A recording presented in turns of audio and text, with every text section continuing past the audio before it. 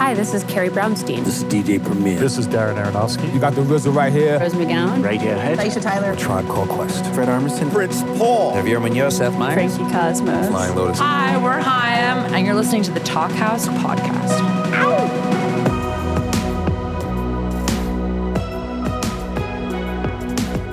Hello and welcome to the Talkhouse Podcast. I'm Josh Modell. I'm going to call this week's show a very special episode since it's focused on a specific topic and also offers a call to action and hopefully some inspiration for you, the listener. It certainly did for me, the host guy. Our guests today are frequent Talkhousers Nick Sanborn and Amelia Meath, better known as Sylvan Esso, along with fellow North Carolina musician Libby Rodenbough, who's played with a bunch of bands, most notably Mipso. These three share a home state, North Carolina, which, as you know, was hit hard by Hurricane Helene just a couple of weeks ago. The devastation that hit the western part of the state didn't seem to get a ton of national media attention, perhaps because Helene was followed so quickly by Hurricane Milton. But as you'll hear at the beginning of this conversation, parts of North Carolina have been affected in ways that will take years to bounce back from. Just days after the storm, Rodenbough, along with others she's quick to give credit to, conceived of a fundraising effort to feature musician friends, many of whom have deep ties to the area. The idea quickly ballooned into a 135-song compilation called Cardinals at the Window, available on Bandcamp, and featuring previously unreleased music from huge names like R.E.M., Fish, Jason Isbell, and Sylvan Esso, of course, along with tons of other folks, both native to the area and from well beyond. In just over a week, the compilation has raised over $300,000 to provide direct relief to people whose lives have been turned upside down by the storm. The area will need lots more than that, of course, to get back on its feet, but it's a heartening reminder that when given the chance to help, people still do, even when folks seem hopelessly divided. That's part of the focus of this chat. Meath, Sanborn, and Rodenbough have been out there helping people over the past couple of weeks, and while they're crushed by the indescribable devastation that towns like Marshall, North Carolina have seen, they're also heartened by the notion that its people have been quick to lend a hand to their neighbors. I found their actions in this conversation inspiring, and I hope you do too. You can buy the compilation on Bandcamp or check out cardinalsatthewindow.org and lend a hand that way if you can.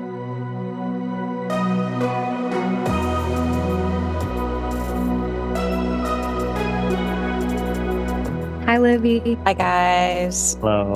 Where are you right now? I'm in Marshall, and I've been kind of camped out here a little bit, like between here and Rarebird, because the Rarebird, which is where I live normally, is on the other side of the county, and it actually is kind of fine over there. So there isn't really as much volunteering to do, and it's like 45 minutes away from everything. So it's kind of been more convenient to be in Marshall because there's a Lowe's and a Walmart like 20 minutes away, and then the Roar Holler Harm Reduction Hub is like 10 minutes from here. So I've been doing a lot of runs just between those places. Oh, And then doing downtown Marshall cleanup stuff too. I wonder how many of the supplies that we've brought to Roar you have taken and distributed. There could be a fair amount of that. I feel like it goes pretty quick. Like, it seems like stuff that comes in often goes out like the same day or the next day. Yeah. Which is testament to how like immediate the needs are, especially for the big, I'm sure y'all have experienced this, for the bigger ticket items, for the generators and the propane heaters and stuff. It's like, we can't have enough of them. Well, and also each car's only bringing in like one, maybe two maximums. Yeah, it's so much personal investment. The other day what does ROAR stand for, so that the people who are listening to us? Oh, yeah. It's Rural Organizing and Resilience. I didn't really know about them before this, but friends of mine here have told me that they did a lot of like free firewood program was kind of what they were known for the past like 5 or 6 years. Just keeping people in who have wood stoves, which is a lot of people out here, heated through the wintertime for free. And then they did some stuff like during COVID, they were helping get like medicine to people and that kind of thing. And just like being a connection for people during COVID.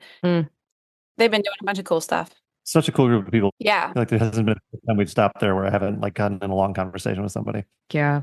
For all of you listeners out there in podcast land, we just kind of launched into talking about the various efforts that the three of us and many musicians around North Carolina have been making in order to provide relief in the wake of Hurricane Helene? Helen? Let's go with Helene for the remainder of this conversation. Okay, it's Helene. The devastation is very, very great, leaving many people still without water. There was no cell service for many days. There was no electricity throughout the entire Asheville metropolitan area and into the hollers. Because of the way the land is, there are a lot of people that are still just out of contact that no one has heard from because of the way people live out in Western North Carolina. So there's great need. And we're here to tell you both about the reality of what's continuing to happen and how much more relief this area will need for the, next 10 years, potentially. Absolutely. And also the incredible idea that Libby had in creating a compilation that we all worked on.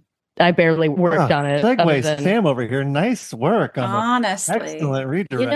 You know what? She's done a podcast. Give her a career in radio? Yeah. So we're here to talk to you about Cardinals at the Window, which was Libby's brainchild, which is now, I'm thinking that today it will creep over having raised $300,000, which is insanity. Absolutely crazy. It is extremely. How did this start in your mind, Libby? I don't even think calling it my brainchild is correct, because really it was David Walker from New Commute who texted me probably on the Saturday or Sunday after the storm hit. And I was on tour at that time with the Dead Tongues. And he was just like, hey, I'm feeling helpless out here. Like, what do you hear from people there? And we talked about it for a second. And he said, I've been thinking about what if we just put together something on Bandcamp as a fundraiser. So really it was David who came to me with the idea, and I just started texting friends about it. I'm sure you guys also had this experience, but it was really effortless. Like all I had to do was make the connect, and then there was no one who needed any convincing. I barely had to tell anybody any details. It was just like, oh yeah, we can contribute a track to this. Let us. And by after a few days, people were contacting us. Yeah, it was crazy how fast it gained its own gravity. Yeah. You texted me, I think that on Sunday, Mm-hmm. being like, hey, do you guys want to do this? And then talking about maybe doing some mastering for it. And by Monday afternoon, I was getting texts about it, which is insane. Yeah, me too. Before I had... Yeah, the compilation is over 135 tracks. You can get it now on Bandcamp. It costs $10, but you can pay more than that. And if you have more than $10 for music, it would be great if you did, because people aren't going to be drinking water out of their pipes in Western North Carolina for a very long time. Yeah, and I was just asking one of the folks that was working on it with us to do a little quick math for me on what the average that people are paying for the album is. And as of right now, it's $17, which is really amazing. Gosh. Because it kind of reminds me of one of my favorite political campaigns, the Bernie Sanders campaign, where the average donation was $30. And that's cool. So basically, you're the next Bernie is what we're all saying. I feel like we're all saying that. We're not saying that. More people are saying that. Yeah, but I just think that's a cool thing. I mean, actually, let's get that average up, y'all, because I think y'all could give a little more than that. But that's still really cool that number, that without spending a whole lot, without spending as much as about the cost of a fast casual meal. People are putting together huge amounts of money. But like you said, Amelia, it is a huge amount of money, but this is going to be like a multi-million, billion-dollar recovery. So it shouldn't stop. And every dollar that comes in is going to be used. And then there will still be endless need after that. It's true. Yeah, the money that is coming in is being funneled directly to mutual aid organizations on the ground in Western North Carolina. So the money is being put into the hands of the people who need it most and disseminated to the people that need the most aid immediately. It's at places like Roar and Poder, Emma, and Beloved, and a lot of these organizations we've been working with. It's all volunteers, essentially. I mean, some of them have a couple of paid staff, but they have these huge networks of people who've been affected by this storm themselves. I mean, there were people coming in to volunteer who don't have water themselves or electricity themselves, coming to bring generators to other people. And I think there is a kind of, not to generalize, there's a lot of different types of people who live in the mountains, but there is a kind of cultural current here of people being like, oh, I'm fine. There's somebody in more need. Mm-hmm. And I'm noticing that a lot here, that people who are barely getting by are like, oh, where can I give a little money? And so I think as somebody that I've been living comfortably all throughout this time, the place I'm living it lost power for a couple of days, but it's like all up and up and I have plenty of food and water and all those things, I'm like, what excuse do I have not to give all the time and money that I can right now? And also, like, why would I not want to be in community with these people? Because I mean, we're all one step away from being climate refugees. That's like a thing that people are saying all the time now. But I really do feel that way, that like, yeah, this storm may not have hit you acutely out there, whoever you are, but it will. And in a way it has, because like this is our collective climate and this is the world that we share. I think maybe that's part of the reason why musicians signed on so quickly, is because when you lead a touring lifestyle, you have this feeling that like you may call one geographic area home, but your networks are all over the place. Like you end up knowing people in every part of the world. And so when you hear about something like this happening, it feels personal, even if it's not directly personal.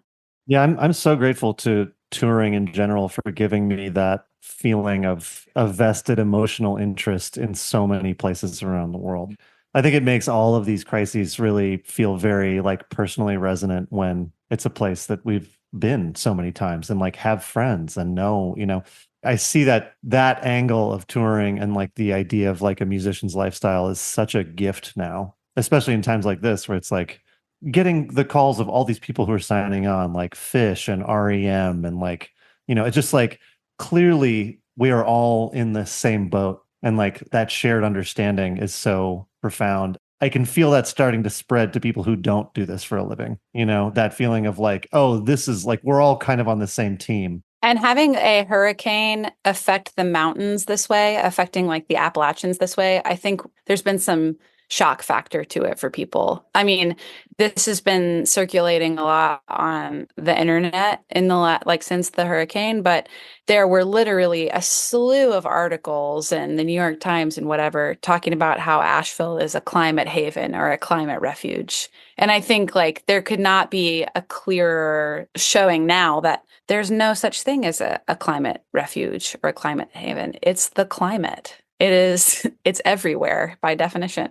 Yeah, absolutely. I've been, so many of my friends from Vermont and New Orleans have been reaching out to me, specifically people who've been affected by floods. Like Vermont, also a climate haven, also flooded twice in 2 years. There's actually some really great reporting on it by my friend Erica Heilman, who has the podcast Rumble Strip. Sorry to plug a different podcast over there. Nice work. But she's an excellent journalist, and she won a Peabody 2 years ago. You're telling me a Peabody winner has a podcast?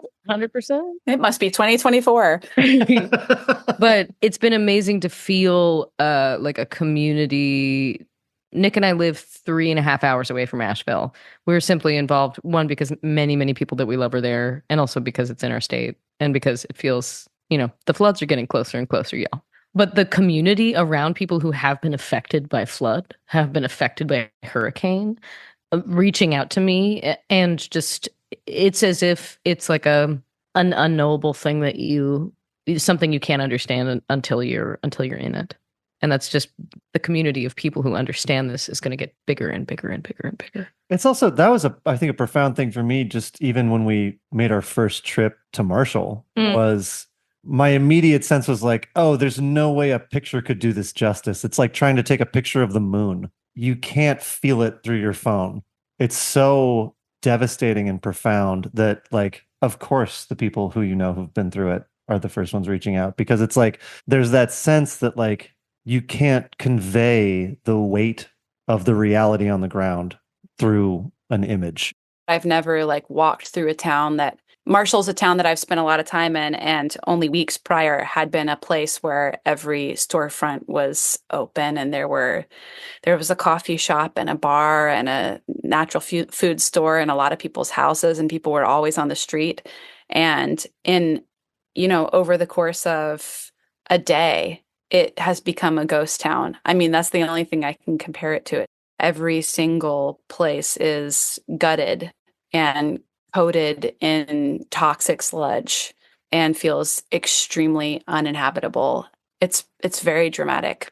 Yeah, it's a community destroyed. I mean, it's just like, we were talking about this with friends the other day, just how the scattering effect of this type of storm, and like how a community can disappear overnight, not even just in its structures, but in its people, Like there's nothing else to do but flee. People who have kids there's no school, and the parks aren't open. I mean, the parks literally, I mean, that understandably will probably be the last thing to come back. Like there's nowhere to go. There's nothing to do.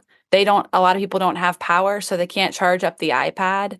I mean, it's really maddening for people. And some of that is going to start to change slowly, but some of it is going to take months and years. And certainly for people to have income again in a place where a lot of the income comes from tourism in a normal time. Yeah. And I feel like it's one of those things, like thinking about your friends with kids, like it's just like every thread that you pull on leads to like a profound doom that you didn't predict.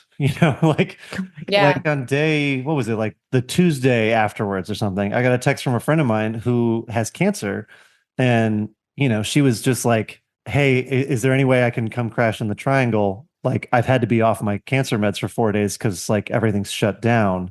And then I was just thinking about like, oh my, I hadn't even considered that. And then just considering the number of people with chronic illness, the number of people with medical needs that require electricity, the number of people with medical needs that require like isolation or like like anything based on their immune system. Like just like, it's like one person tells you one thing and suddenly your brain is opened to like this entire sliver of the problem that you hadn't even considered, and that's, I feel like that's every conversation I have with somebody. Absolutely. Not to mention like the people with limited mobility. I mean, like everything. Just in general. It's such a fragile world that we have, like our world of comforts and of telecommunications and of like supply chains. I guess COVID was like another example of peeling back some of that for us, that it can be disrupted so easily. And then what are we left with? People around you and how they show up for you and how you show up for them.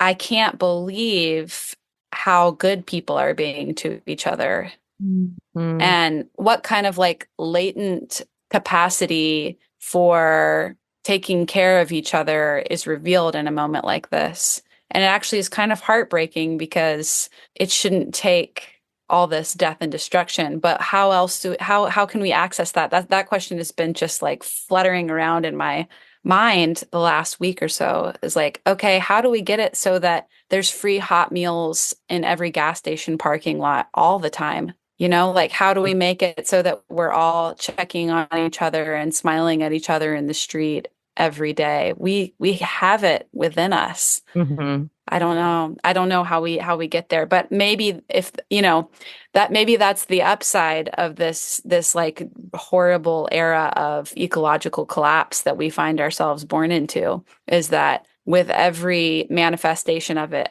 acute manifestation like a hurricane, maybe we'll learn something about a capacity that we have that's always there, but is obfuscated by, the chatter of daily life.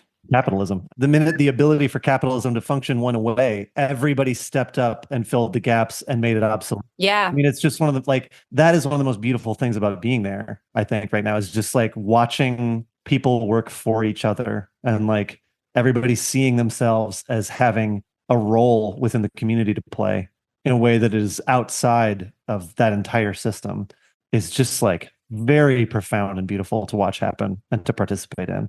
I've been feeling the same way. I've been volunteering with Triangle Mutual Aid at the North Carolina Diaper Bank. Was gracious enough to lend us a bay to like house a warehouse of supplies that they send out 5 to 10 cars up to Asheville every day full of things like paracord and chainsaws and heaters and Gatorade and, box cutters, various things, rakes, Tyvek suits, cleanup materials. And it's just full. The warehouse is just full of people who literally show up and are like, what can I do? And there's there's usually like 20 to 40 people there at any hour of the day, just lending a hand. It's also just, I think it's wild to me how sustainable it all feels. Like that's, I think the craziest part is that I think that when we're living in normal times, quote unquote, and like capitalism is like this force that is governing us, I think we convince ourselves that giving things away is not sustainable. But like watching all these systems spring up, it's like, oh, this is absolutely sustainable. It's like literally if you have something to share, share it. And like everybody wins. Oh my gosh. You know? Yeah, absolutely. And I keep thinking that is just, that realization continues to wash over me like multiple times a day every time we go and do something like this. Just that like we can have that if we want it. It's like the Lenin thing, you know what I mean? Like we actually can. All we have to do is like want it, and then we can have it. Mm-hmm. The other day we were all hanging out eating lunch. That someone who works at a restaurant brought everybody, and this like dusty ancient white Chrysler pulled up in front of us, and this guy with like a huge white beard just leans out of the window and goes, "I got a generator and I got rum." They wonderful. We'll take both. Take both. Yeah, there's been a lot of beautiful like culture clashing, but not clashing. I don't know what to call it. Just culture contrast out here, because in Asheville, you've got some real like super queer undercut, like lots of piercings sorts of folks that are a part of mutual aid networks. And you also have some kind of like libertarian prepper on the side of the mountain guys. And they have a lot to share with each other, a lot to teach each other. And they're being given this opportunity to do that right now. And everything that I've seen suggests that people are taking it. People are down. That attitude of being on the same team, I think, is just so strong. I'm from Wisconsin. One thing I really miss about living in Wisconsin is when a blizzard would hit, you'd wake up in the morning at like 6 and you'd go out with a shovel, and like everyone would slowly come out and join you with a shovel, and we would all dig each other's cars out and like clean sidewalks for everybody. And there was this inherent feeling of like, we are all actually in this together. Like one person cleaning their tiny part of the sidewalk doesn't actually help anybody. Like, and it doesn't help that person. Like all of us all together helps everybody. Like just the undeniable reality of that was so wonderful to have to like to be forced to exist collectively within. And it's something I really miss. I missed when I came down here. And like this has been so tragic. And this is obviously, and this happens again and again and then over and over again. But like watching everybody come together in that same way and in a sustained way is just, boy, there are a lot of ways to lose your faith in humanity right now. And it's been really, I've been so grateful to have this one back, that like I get to like watch, I get to regain this part of it every day. It's so counter to everything we're marketed about how to interact with crisis. Like our era is an era of like get what's yours and protect it. And like how can you afford your cell in the bunker or your seat on Elon's rocket to Mars?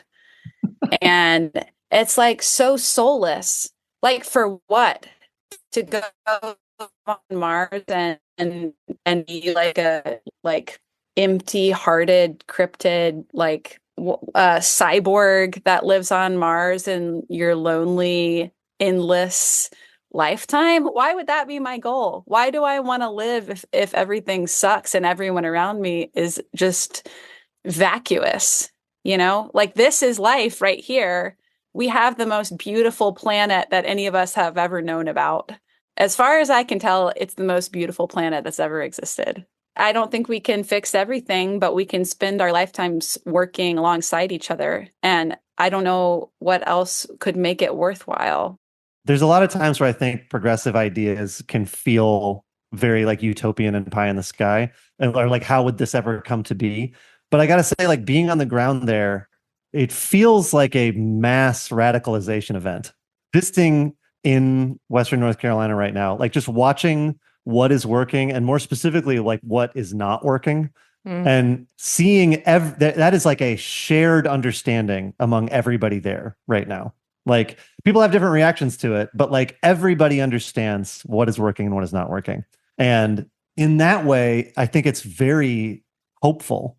Like there's no way that the region is going to move forward with a population that hasn't learned those lessons. Like there will be all sorts of new screw ups and people will get mad at each other over all new kinds of things, I'm sure. But like it does feel on like a basic level that everybody you talk to is on the same page about this thing that we're talking about now, about like kind of in the like what parts of anarchy actually work, like what parts of this are like important, like what is our responsibility to each other, very present in the minds of everybody that I talk to there. And it feels like it's really encouraging. Like it doesn't feel theoretical. It like takes all of that stuff out of theory and into practice in a way that is like very profound to see and encouraging. Yeah. Like everybody needed help and they needed help immediately, and people came with aid, which is incredible. And I feel like is a part of the historical legacy of this area too, that in a lot of cases, because of the geography and because of all sorts of power distribution complexities, people out here had to take care of each other in past decades and centuries. And so there was, even though now maybe a lot of the folks who live in Western North Carolina are transplants, and like that memory is also part of what's latent here, I think, and has kind of like sprung back again, like the days which weren't that long ago, where people in Marshall wouldn't have made it to Asheville to make it to the hospital. So it's like they had to have their own form of like community medical care. And there's some of that we can return to. Did either of y'all ever read The Dawn of Everything? There was like a David Graeber book that came out a few years ago. And David Graeber was an anarchist, and he was also an anthropologist. And he wrote this book along with an archaeologist that was basically examining like more recent findings about the earliest human settlements and how they worked, and like how power was distributed, and whether they had money or not, and whether they were agrarian or whether they were a hunter-gatherer or whatever. And I think part of the thesis of the book is human beings have lived all sorts of different ways. And right now we have basically one way of existing that has been determined by this kind of like global capitalist machine. And in the history of human existence, that's an anomaly. That's like really bizarre. It's powerful, but it's also sort of random. And that gives me some hope. It's like, oh, this is just some like arbitrary bullshit that we happen to have been born into. And it feels unmovable. But for thousands and thousands of years, human beings have lived all sorts of different ways, including totally anarchistic ones. And they didn't need that language, and they didn't need to go to college. And they did, it was just something that was inherent. I think that's just as inherent in the human spirit as like wanting to accumulate corn or money or whatever the things that human beings also get drawn to. When I talk to people in my life who are a little more pessimistic about like sea change, kind of a transformation of this world, I try to remind them that there's a lot of ways of living that are very different from what we have right now, that are natural, I think it would come back to people in our epigenetic memory or something, like riding a bike. We could have a society that was just totally horizontal. And I don't think that's so extreme. And I don't think it's easy either, but I don't think it's extreme or unheard of. That's the craziest part to me, is just how fast everybody decided that they could trust each other. Mm-hmm. Mm-hmm. And I think especially in a time when like all we're told is you can't trust anybody. Like right now, and that it's just so clear that that's like a lie. You have to trust people. Like you have to trust your neighbors, and you have to be somebody that they can trust. Like seeing how quickly everybody completely changed their mindset in that regard, especially in an area where like the political divide is very wide. It's like the entire spectrum is represented in North Carolina, and watching all of those people just drop that and like move in together. And it really makes you feel like just about anything is possible. I've seen people every day that I've done like cleanup stuff or volunteering where I'm alongside other people. Every day I've interacted with people who lost so much, like in some cases lost their home and all their belongings. And they're going through their day in a state of euphoria. Mm-hmm. And it's like, whoa, what can account for that? It must be some powerful medicine. Mm. Yeah, I guess outside of encouraging people to go to the Bandcamp page and buy this comp, Cardinals at the Window, like we have thoughts here, but Libby, like you're actually like literally there right now. Like who are you seeing that is like worthy of people's time and money as far as like maybe a donation?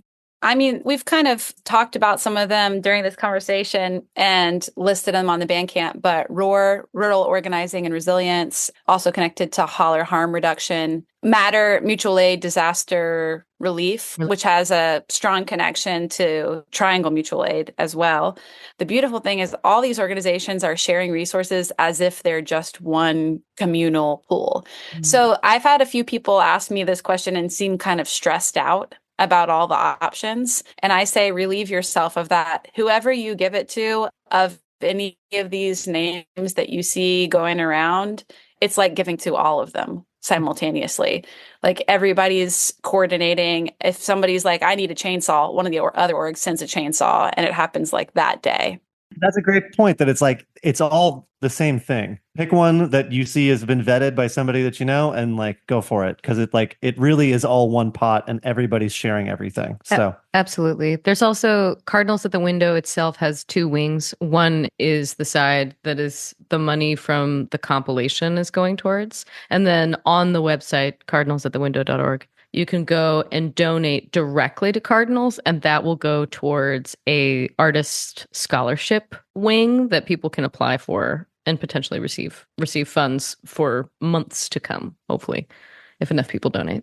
So please donate to that. Yeah, that's the other thing that I think a lot of the mutual aid organizations are thinking about this now too, because they've been in kind of like true survival mode for the past 2 weeks. And now we're sort of entering, and we'll continue to keep metamorphizing through these phases of recovery. And something that is started to be a big topic of conversation is like, how do we prevent everyone from leaving?